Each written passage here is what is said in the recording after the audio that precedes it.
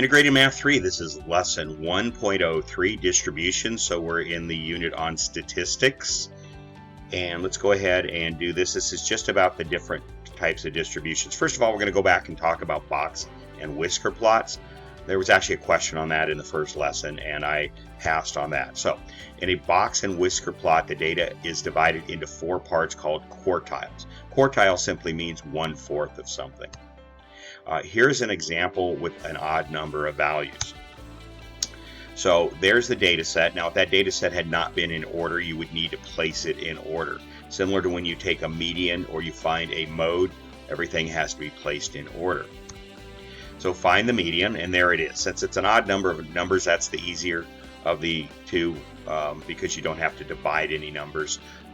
So it's 6. It's right in the middle. It means half the values are above the 6. You can see 3 of those, and half the values are below the 6 to the left. You can see 3 of those. Now what you're going to do is you're going to take the mean of the lower half, that's the 3, 4, 4 set down there, and when you do that, you get that the mean of that set alone is 4, that middle 4 right there. Do the same to the upper set, that's 8, 9, and 11, and you get that is the 9. So the 9 is the median of the upper set.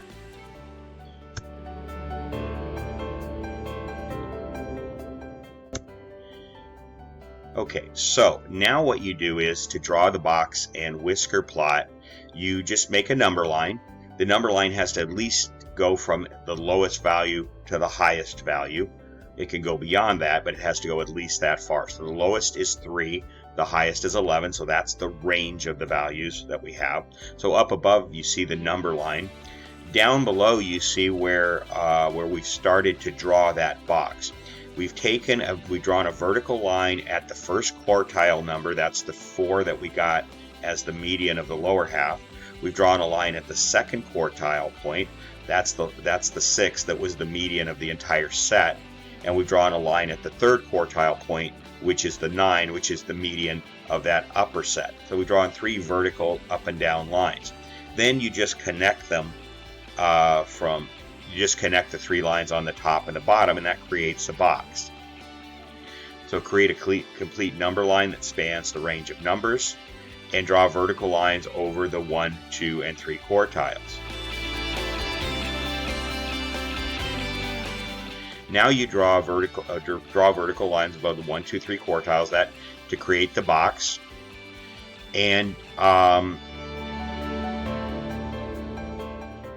then you put a dot at the lowest number in the set and the highest. That would be the 3 and the 11. And then you just connect those to the box using lines, and those lines they decided to call whiskers. So that's the box and whisker plot. And the idea is just to kind of give you a sense of what the median value is and what the range of values are. You can see that they're not even in terms of numbers. So you can see, for example, the first quartile is between that leftmost dot and the left side of the box. There's only a range of 1 number there, 3 to 4. Then as you go from the left side of the box to the middle line in the box where the 6 is, that's a range of 2 numbers from 4 to 6. Then as you go from the middle line to the line on the box at the right, that goes from 6 to 9. So that's a range of 3. And then as you go, and that would be the third quartile, and then as you go from 9 to 11, that's from the right side of the box to the dot on the right, that would be a range of 2. And that's your, so those are your 4 quartiles, but you'll notice that they're not necessarily even. It's beyond the scope of what we're doing in this class to go into some details of how they interpret these or why these are used. So I'm not going to do that. It was just to ask that you know how to draw one, and so that's how you do that. Okay, in a normal distribution, the data is clustered, that means grouped, around the mean, the average. The data is then distributed evenly on both sides of the mean. This produces a mean and median that are near the center of the range of the data. In fact, a normal distribution is also called a Gaussian or bell curve. We never use the term Gaussian. Sometimes we do say bell curve. So in a perfect normal distribution, a perfect bell curve, the mean, median, and mode are all exactly in the middle. And that's just a perfect one, but the real world almost never gives us a perfect normal distribution. Okay, so now in a normal distribution, 68% of the values, that's a rounded number, of the values fall within plus or minus 1 standard deviation. So it's that pink area. And if you take 34.13 times 2, you get 68.26, but we're going to round that to 68. Then 95% of the values fall within plus or minus 2 standard deviations. So that would be the pink and the blue. So to the left is minus 2 standard deviations, where the blue and the green intersect, where they come together. And to the right, where the blue and the green intersect, that would be plus 2 standard deviations. So the pink and the blue added together gives you 2 standard deviations from the mean, and that would be 95% of the values in a perfect normal distribution. Okay, and then 99.5% of all values fall within plus or minus 3 standard deviations of the mean. So that would be the pink, the blue, and the green on both sides. And as you can see, there's a tiny little bit that's outside of the green. That would be beyond 3 standard deviations.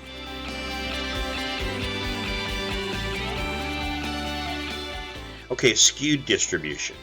So a skewed distribution, in a skewed distribution, the data is clustered to one side of the set. This produces a mean and median that is to one side of the range of data. So the one on the left is called skewed left, or left skewed. What you think of it as, think of a normal distribution, and then think you pulled the left side of that normal distribution out. You stretched it out. So that's said to be skewed to the left. And what that does is it pulls the mode and the mean, the mode is the highest point, it's the peak. It pulls the median and the mean off to the left. So left skewed means the data is dragged to the left, and right skewed just the opposite, means it's dragged to the right, and therefore the median and the mean are also dragged to the right. And you can have skewed distributions with dot plots or with histograms as well. So these skewed plots could represent earthquake magnitudes. Most earthquakes are small. You don't even feel them, but they go on every day underneath us.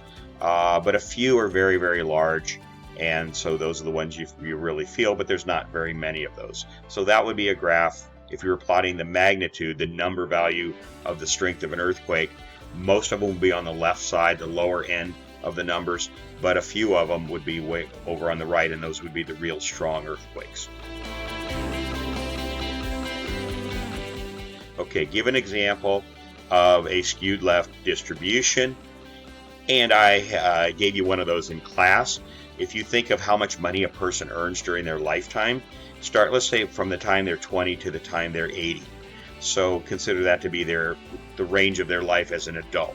So they don't make a lot of money at the beginning when they're in their 20s. They start to make a little more in their 30s, and a little more in their 40s. They finally maybe reach their peak earning capacity or ability when they're around 50.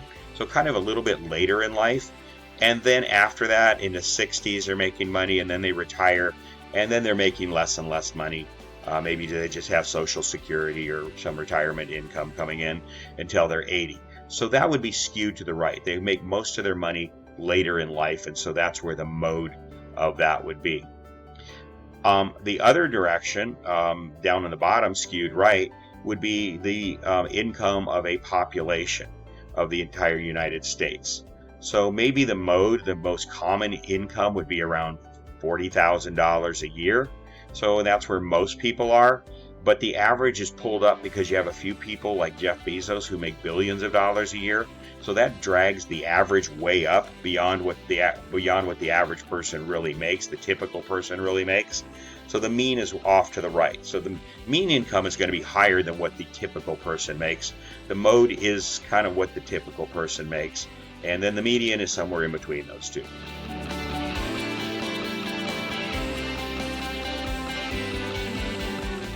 Okay, so what percentage of values lie below 62?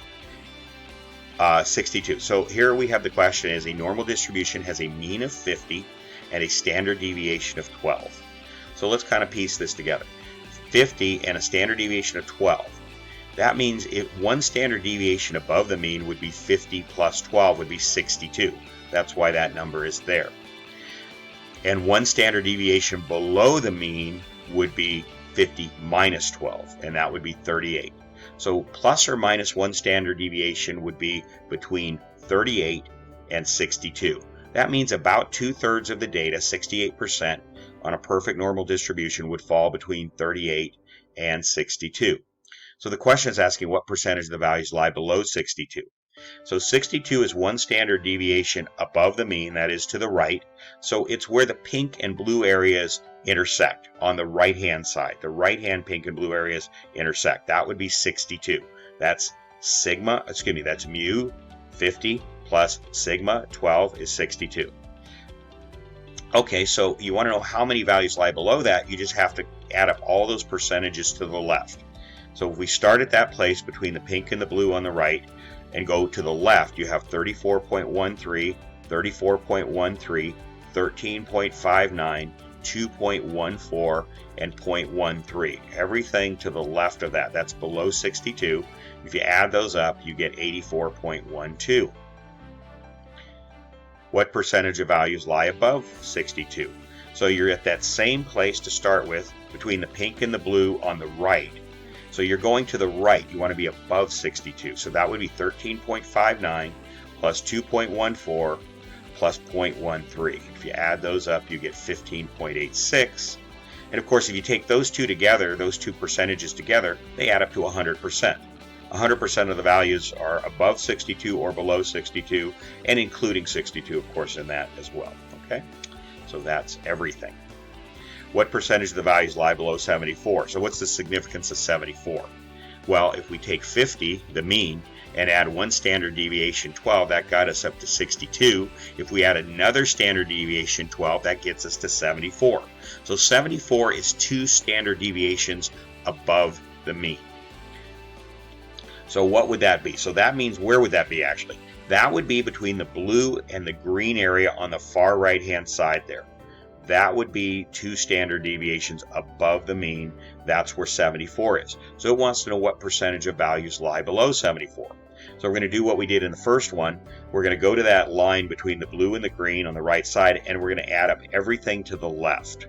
So that's going to be 13.59. I'm going backwards now. I'm going from right to left now. 13.59 plus 34.13 plus 34.13 plus 13.59 plus 2.14 plus 0.13. And if you add all those up, you have 97.71, almost everything. 97.71% of the values lie below 74, to the left of 74.